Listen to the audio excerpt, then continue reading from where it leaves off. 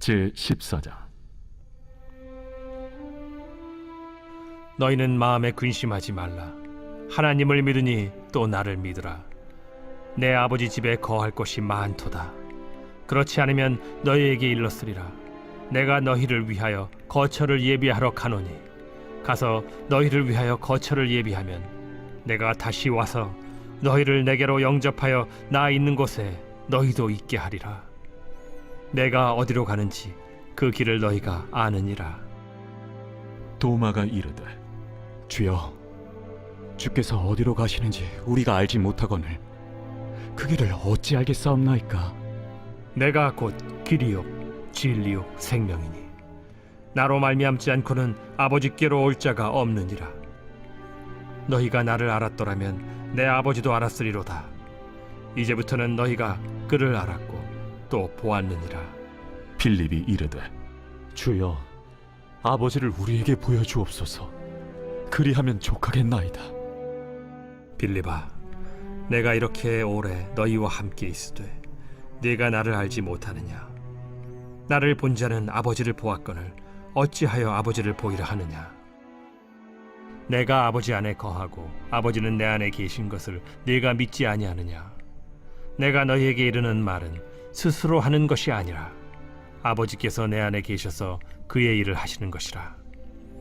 내가 아버지 안에 거하고 아버지께서 내 안에 계심을 믿으라. 그렇지 못하겠거든 행하는 그 일로 말미암아 나를 믿으라. 내가 진실로 진실로 너희에게 이르노니 나를 믿는 자는 내가 하는 일을 그도 할 것이요 또한 그보다 큰 일도 하리니 이는 내가 아버지께로 감이라. 너희가 내 이름으로 무엇을 구하든지 내가 행하리니 이는 아버지로 하여금 아들로 말미암아 영광을 받으시게 하려 함이라. 내 이름으로 무엇이든지 내게 구하면 내가 행하리라. 샬롬, 반갑습니다. 오늘도 큐티로 여는 기막힌 하루입니다. 오늘 나눈 말씀은 요한복음 14장 1절에서 14절 말씀으로 마음에 근심하지 말라는 제목의 말씀을 나누려고 합니다. 오늘 말씀은 예수님이 가신 곳에 제자들은 오지 못한다는 말씀과 베드로가 예수님을 3번 부인한다는 말씀으로 제자들은 두려움에 빠졌습니다. 예수님은 그런 제자들에게 근심하지 말아야 될 이유로 말씀을 하고 계시는데요. 우리가 살펴보도록 하겠습니다. 첫 번째로는 하나님을 믿어야 합니다. 1절부터 3절에 너희는 마음에 근심하지 말라. 하나님을 믿으니 또 나를 믿으라. 내 아버지 집에 거할 곳이 많도다. 그렇지 않으면 너희에게 일렀으리라. 내가 너희를 위하여 거처를 예비하러 가노니 가서 너희를 위하여 거처를 예비하면 내가 다시 와서 너희를 내게로 영접하여 나 있는 곳에 너희도 있게 한다 라고 말씀하십니다. 1절에 마음에 근심하지 말라고 하면서 하나님을 믿으라는 말씀을 하십니다. 근심하다는 잠시도 쉼없이 휘몰아치는 바다처럼 근심으로 인하여 서두르고 혼란을 일으키지 말라는 것입니다. 시편 42편 5절에 내 영혼아 내가 어찌하여 낙심하며 어찌하여 내 속에서 불안해하는가? 너는 하나님께 소망을 두라. 그가 나타나 도우심으로 말미암아 내가 여전히 찬송하리로다 라고 합니다. 주님은 슬픔에 젖거나 슬퍼하지 말라고 말씀하지 않고 애타거나 불안해하지 말며 절망하거나 동요하지 말라고 하십니다. 마음은 중심과 같아서 무엇을 하든 간에 마음의 근심을 멀리하며 지켜야 하는 것입니다. 예수님은 불안한 마음을 해소하기 위해 예수님을 신뢰해야 한다고 하며 신뢰는 우리가 강하다고 가장하는 것을 의미하는 것이 아니라 우리의 연약함과 하나님의 도우심이 필요한 것을 인정하는 것을 의미합니다. 예수님의 가르침이나 능력만 믿는 것이 아니라 예수님의 죽으심과 부활까지 믿어야 합니다. 믿음으로 얻은 기쁨이 감각적인 슬픔에서 벗어날 수 있는 최선의 방법이며 의인은 믿음으로 살리라 말미암아 살리라 함과 같이 약속인 것입니다. 2절에 예수님은 아버지의 집에 거할 것이 많아서 예수님이 거처를 예비하러 가신다는 것입니다. 예수님은 거처를 예비하신 후 다시 와서 제자들을 영접해 예수님이 계신 곳에 그들도 있게 하겠다고 약속하십니다. 다시 오신다는 의미는 하나는 부활이고 다른 하나는 성령을 통해 오시는 것이며 마지막은 예수님의 재림을 말합니다.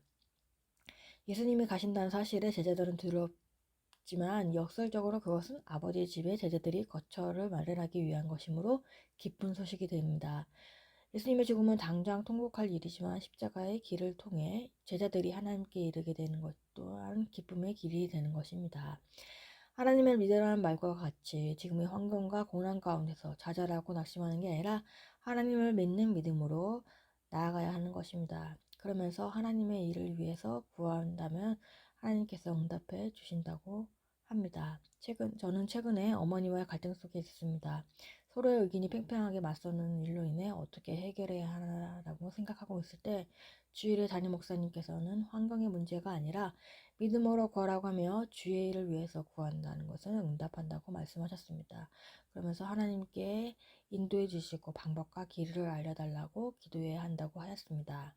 저는 어머니와의 문제만을 보면서 있었는데 하나님을 믿고 의지해야 한다고 생각이 되었습니다. 그래서 저의 믿음 없음을 회개하며 하나님을 믿는 믿음을 가지고 하나님의 방법과 길을 알려달라고 기도하였습니다.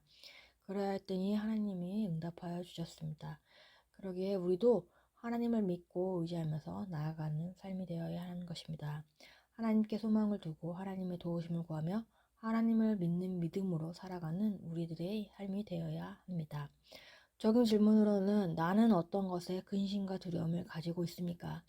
내가 하려고 합니까? 하나님을 믿으며 나아가고 있습니까? 두 번째로는 하나님을 나의 길로 삼고 말씀을 따라 살아야 합니다. 5절과 6절에 도마가 이르되 주여 주께서 어디로 가시는지 우리가 알지 못하거늘 그 길을 어찌 알겠사옵나이까. 예수께서 이르시되 내가 곧 길이요 진리요 생명이니 나로 말미암지 않고는 아버지께로 올 자가 없느니라 라고 합니다. 예수님이 어디로 가시는지 모른다고 도마가 말하자 예수님은 당신이 길이요 진리요 생명이며 아버지께 가는 유일한 길인 것을 말씀하십니다. 예수님께서는 진리와 생명의 길이신 것입니다. 예수님께서는 하나님께 나아가는 길이며 하나님에 대한 진리 그리고 그 안에 있는 생명 그 자체인 것입니다. 그리스도는 생명에 이르는 참된 길이고 유일한 길이며 다른 길은 옳은 것처럼 보여도 결국 죽음이 길이 되는 것입니다. 예수님만이 우리의 유일한 구원의 길이기 때문입니다. 나로 말미암지 않고는 아버지께로 올 자가 없느니라는 예수님의 주장대로 사도행전 4장 12절에 다른 이로는 구원을 받을 수 없나니 천한 사람 중에 구원을 받을 만한 다른 이름을 우리에게 주신 이가 없다라고 말씀하십니다. 예수님께서는 아버지께 이르는 길이며 하나님의 모든 약속의 진리이며 그분의 신적인 생명을 우리의 생명에 결합시킴으로 지금과 영원토록 생명이 되십니다. 예수님께서는 진리와 생명을 이루는 길이 되십니다. 큐티인의 해설에서는 길은 아버지께로 가는 길, 곧 구원에 이르는 길을 말하며 진리는 하나님의 말씀을 의미하고 생명은 영원한 생명을 뜻합니다. 오직 예수 그리스도를 믿고 그분의 말씀 안에 거하는 것이 구원의 길이고 영생의 길이라고 해설하였습니다.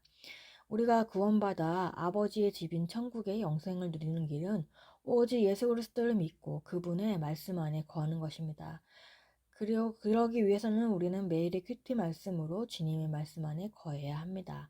많은 사람이 자기 소견에 옳은 대로 길을 선택하며 멸망의 길을 걷고 있거나 다른 길을 찾아서 헤매고 있습니다. 하지만 우리는 참 하나님께 가는 유일한 길인 오직 예수님을 온전히 믿어야 하는 것입니다. 그래서 예수님을 우리의 길로 삼아 말씀을 따라 살아가는 우리의 인생이 되어야 합니다. 적용 질문으로는 예수님을 나의 길로 삼고 그분의 말씀을 따르나요? 혹시 다른 구원의 길을 찾아서 헤매이고 있지는 않습니까?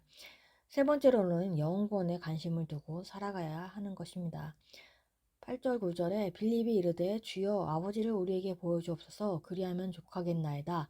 예수께서 이르시되 빌립아 내가 이렇게 오래 너희와 함께 있을 때 내가 나를 알지 못하느냐 나를 본 자는 아버지를 보았거늘 어찌하여 아버지를 보이라 하느냐라고 이야기를 합니다. 예수님이 당신을 통해 제자들이 하나님을 알았다고 보았다고 말씀하시자 빌립은 마치 그 말씀을 반박이라도 하듯 아버지를 보여달라고 요구를 합니다. 예수님은 이제까지 하신 사역이 아버지를 구체적으로 하나님과 예수님의 상호 내주를 보인 거라고 말씀하십니다. 예수님을 본 자는 하나님을 본 것이라고 말씀하십니다. 우리는 예수님과의 교제가 아버지와의 교제인 것을 발견할 수 있습니다. 예수님을 본 것은 아버지를 보는 것입니다. 누구든지 예수님을 진정으로 만나면 예수님 안에 있는 하나님을 만나게 됩니다. 이런 관계를 입증하는 것이 바로 이제까지 예수님의 행적, 곧 그분의 말씀과 일이었습니다. 예수님의 행하신 말씀과 일은 하나님을 나타내는 일이었던 것입니다. 예수님의 행한 말씀과 일은 또한 구원을 위해서 행하였습니다. 예수님은 늘 구원에 관심을 가지고 계셨습니다. 그래서 제자들에게도 반복해서 구원의 길에 대해서 말씀을 하셨습니다. 그러나 제자들은 그 말씀을 이해하지 못했습니다. 빌립이 예수님께 아버지를 보여달라는 요청까지도 하게 된 것입니다.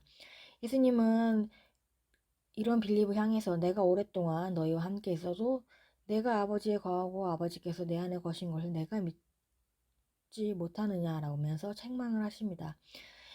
이렇게 세상을 향해 있던 우리의 관심사가 예수님과 그 영혼 구원에 맞춰질 때 비로소 주님의 말씀이 이해되고 내 삶이 말씀으로 해석이 되는 것입니다. 그렇기 때문에 우리는 늘 영혼 구원에 관심을 두면서 맞춰 살아가야 되는 것입니다. 우리가 영혼 구원에 관심을 가지고 살아가기 위해서는 또한 구원을 위해서 기도를 해야 합니다. 14절에 내 이름으로 무엇이든지 내게 구하면 내가 행하리라. 예수님의 이름으로 기도하라고 합니다. 예수님의 이름으로 기도하는 것은 마술적인 힘이 들어있다는 뜻이 아닙니다. 이 말씀을 하시던 당대의 문화는 이름을 아주 중요하게 여겨서 한 사람의 이름은 그 사람의 성격과 영혼과 권유를 대변하는 정도로 여겼다고 합니다. 한 어린아이가 길 한가운데 놀고 있는데 아버지가 퇴근하면서 집으로 돌아왔습니다. 그 아버지가 아이를 꾸짖으며 집 안으로 들어가라고 하는데 그 아이가 어머니가 집에서 길에서 놀아도 된다고 했다고 합니다. 저는 어머니의 이름으로 놀고 있어요 라고 답할 수 있습니다. 우리 그리스도인도 얼마나 자주 예수님의 이름으로 또한 이런 대답을 하지 않습니까? 우리가 요구해서는 안 될 내용들을 가지고 기도하면서 마지막에는 예수님의 이름으로 기도합니다 라고 끝맺은 경우도 많을 것입니다. 그러나 예수님의 이름으로 기도한다는 것은 예수님의 인격과 목적에 일치하는 기도를 해야 하는 것입니다. 예수님이 약속하는 대로 우리가 하나님의 뜻을 발견하고 그분의 목적을 이루는 데 맞추면서 기도를 해야 하는 것입니다. 주님은 우리가 주님의 뜻에 따라서 믿음으로 무엇이든지 구하면 응답해 주신다고 합니다. 에베소서 6장 18절에 모든 기도와 간구를 하되 항상 성령 안에서 기도하고 이를 위하여 깨어 구하기를 항상 힘쓰며 여러 성도를 위하여 구하라 라고 이야기를 합니다. 성령 안에서 성도를 위해 구원의 목적을 두고 애통하면서 기도를 해야 하는 것입니다. 구원을 놓고 기도를 한다면 하나님이 응답해 주실 것입니다.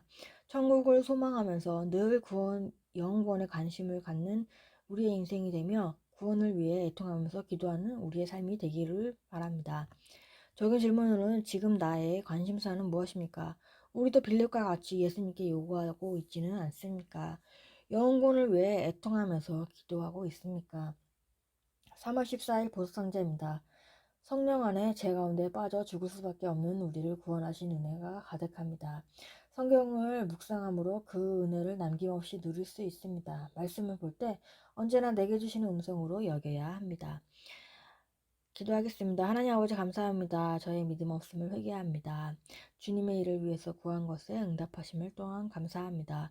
우리가 근심하고 낙심하며 좌절하고 있지 않고 하나님을 믿는 믿음으로서 나아가길 바랍니다. 하나님의 믿음을 가지게 하여 주옵소서. 예수님을 우리의 길로 두고 말씀을 따라 살아가길 원합니다. 예수님이 우리의 길과 진리와 생명이 되게 하여 주옵소서. 우리의 생각과 방법대로 하지 않고 주님의 길을 따라 살아가는 우리의 삶이 되길 원합니다. 영혼에 관심을 가지며 구원을 위해 애통하며 기도하는 우리들이 되길 바랍니다. 하나님의 뜻을 따라 믿음으로 기도하는 우리들이 되길 바랍니다. 다음 세대에게도 하나님의 말씀이 임하길 원하고 말씀대로 믿고 살고 누리는 삶이 되게 하여 주옵소서. 오늘도 말씀의 은혜를 부어주시고 말씀 안에 거하는 우리의 삶이 되게 하여 주옵소서. 예수 그리스도의 이름으로 기도합니다. 아멘.